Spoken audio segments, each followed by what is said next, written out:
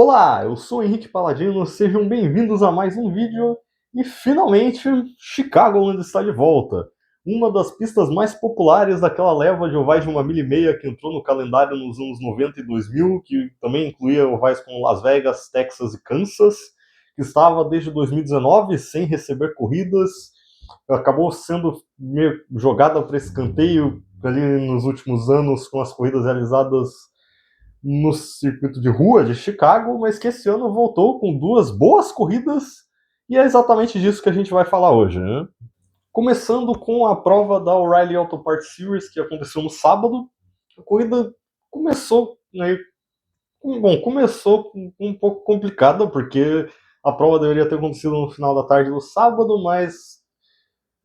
ela acabou sendo atrasada pela chuva, que já era uma preocupação ao longo da semana, para esse final de semana da corrida, então foram quase 5 horas de atraso, mas a corrida acabou sendo realizada no sábado à noite.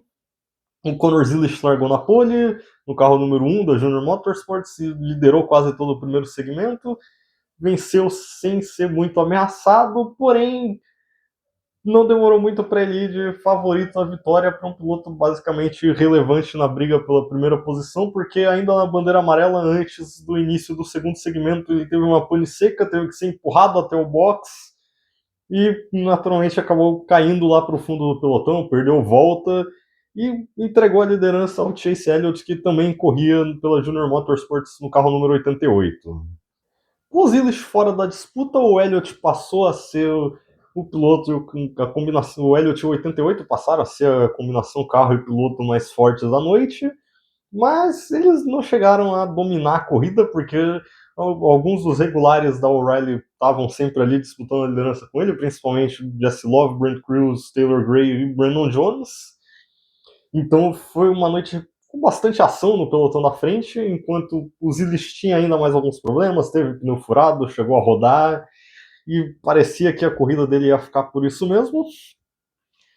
A gente teve também um incidente de fogo amigo na Gibbs, com um toque entre o Brent Crews e o William Sawallit na volta 165, que fez com que o Sawallit rodasse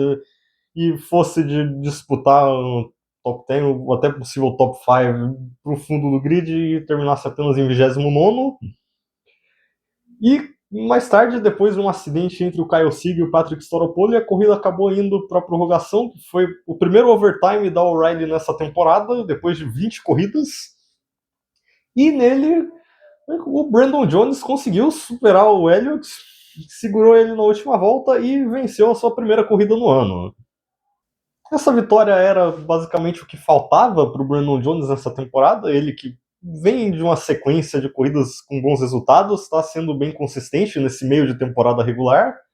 e foi a primeira vitória dele desde a vitória em Darlington em abril do ano passado.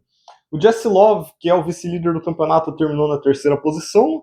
O Zilisch, mesmo com todos os problemas e até a rodada, conseguiu se recuperar e acabar na 10ª posição. E outro destaque que talvez tenha ficado um pouco escondido em meio às brigas na frente do pelotão foi o Nick Sanchez, pilotando o carro número 87 da Peterson Racing,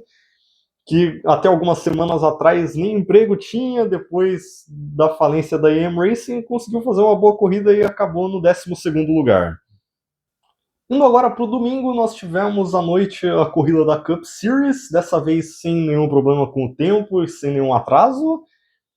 com Denny Hamlin e Kyle Larson mais uma vez na primeira fila. O Hamlin tinha feito a pole por apenas 1 milésimo, então a expectativa era de que esses dois estivessem bem próximos durante a corrida, e já no começo essas expectativas se confirmaram. Afinal, o que a gente viu na primeira metade do primeiro segmento foi justamente os dois brigando pela primeira posição. Porém, eles acabaram sendo superados pelo William Byron, que venceu o primeiro segmento,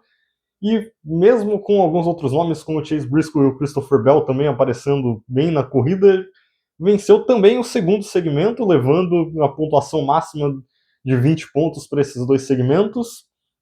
enquanto para alguns dos outros favoritos as coisas se complicavam um pouco mais. O Larson rodou enquanto disputava a liderança com o Byron e o Hamlin no meio do segundo estágio, acabou ficando preso na grama, e isso fez com que ele perdesse algumas voltas. E o Tyler Reddick, que até a semana passada liderava o campeonato, também teve um problema bem sério com vazamento de óleo, que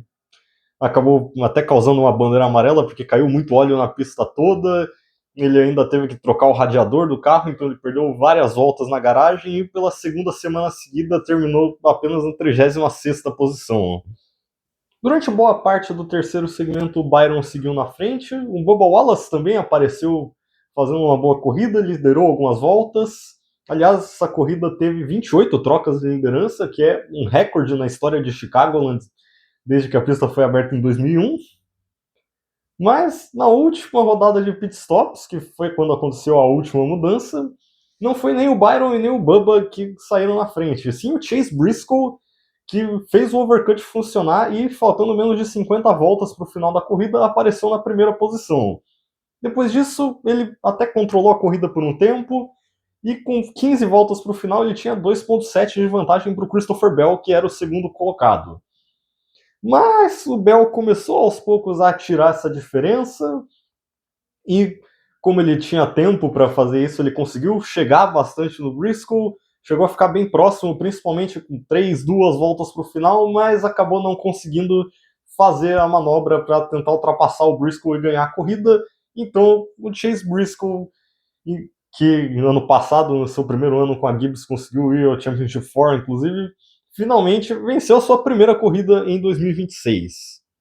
O Bell remou bastante, mas eventualmente morreu na praia e acabou em segundo. O Hamlin também estava na briga pela vitória até certo ponto, mas encostou no muro perto do final da corrida e acabou ficando para trás em comparação aos dois primeiros e foi o terceiro. O Byron, que também liderou boa parte da prova, chegou em quarto, e o Alex Bowman se recuperou de algumas semanas meio apagadas com um quinto lugar. No campeonato, o Hamlin, se aproveitando dos problemas do Reddick, agora lidera por 44 pontos,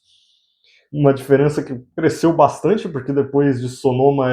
ela era de apenas 1 ponto. E o Eric Jones, que tinha sido derrubado para baixo da linha de corte do Chase pelo Shane Van Gisbergen na semana passada, volta a figurar entre os 16 primeiros no campeonato. Quem caiu para fora dessa vez foi o Ryan Preece, que se envolveu em um acidente com o Conor Zilisch logo na primeira volta da corrida, e enquanto o Zilisch acabou ficando com mais um abandono nessa que tem sido uma temporada bem difícil de estreia dele na Cup, o Preece seguiu na corrida, mas terminou apenas em 32º. Porém, essa classificação, obviamente, é temporária, mas especialmente nesse final de semana ela pode mudar bastante. Porque nesse fim de semana, pela segunda vez no ano, nós vamos para Atlanta, uma pista que depois da reconfiguração virou basicamente um super speedway de 1,5 milha e que tem tido corridas bem caóticas desde 2022. Nesse fim de semana também marca a volta da Truck Series, que faz a sua terceira e última parada em um circuito misto nesse ano, com a sua segunda corrida em Lime Rock Park. Mas por essa semana é isso. Obrigado por assistir até aqui e até a próxima.